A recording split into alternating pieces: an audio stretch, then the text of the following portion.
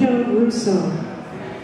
In March 1987, the political movement to confront the AIDS crisis found militant expression with the formation of ACT UP, the AIDS Coalition to Unleash Power, in New York. Here, activist Vito Russo, a founding member of ACT UP, talks about his experience confronting the AIDS crisis.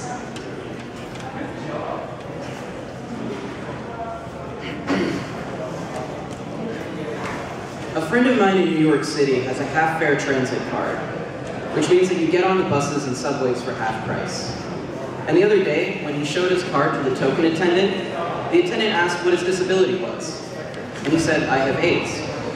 And the attendant said, "No, you don't. If you had AIDS, you'd be home dying."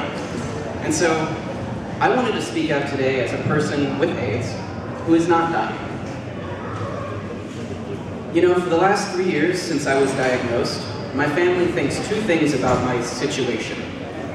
One, they think I'm going to die. And two, they think that my government is doing absolutely everything in their power to keep that from happening. And they're wrong, on both counts. So, if I'm dying from anything, I'm dying from homophobia. If I'm dying from anything, I'm dying from racism. If I'm dying from anything, it's from indifference and red tape, because these are the things that are preventing an end to this crisis. If I'm dying from anything, I'm dying from Jesse Helms. If I'm dying from anything, I'm dying from the President of the United States. And especially if I'm dying from anything, I'm dying from the sensationalism of newspapers and magazines and television shows, which are interested in me as a human interest story, only as long as I'm willing to be a helpless victim, but not if I'm fighting for my life.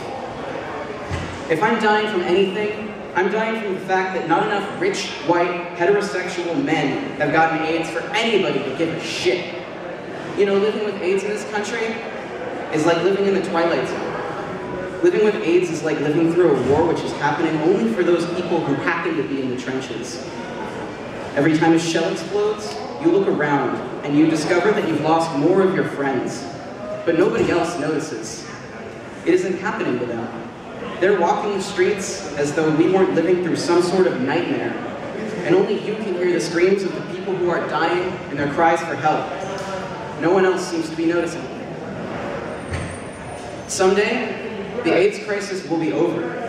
Remember that. And when that day comes, when that day has come and gone, there will be people alive on this earth, gay people and straight people, men and women, black and white, who will hear the story that once there was a terrible disease in this country and all over the world, and that a brave group of people stood up and fought, and in some cases gave their lives, so that others might live. And we have to commit ourselves to doing that. And then, after we kick the shit out of this disease, we're all going to be alive to kick the shit out of this system, so that this never happens again.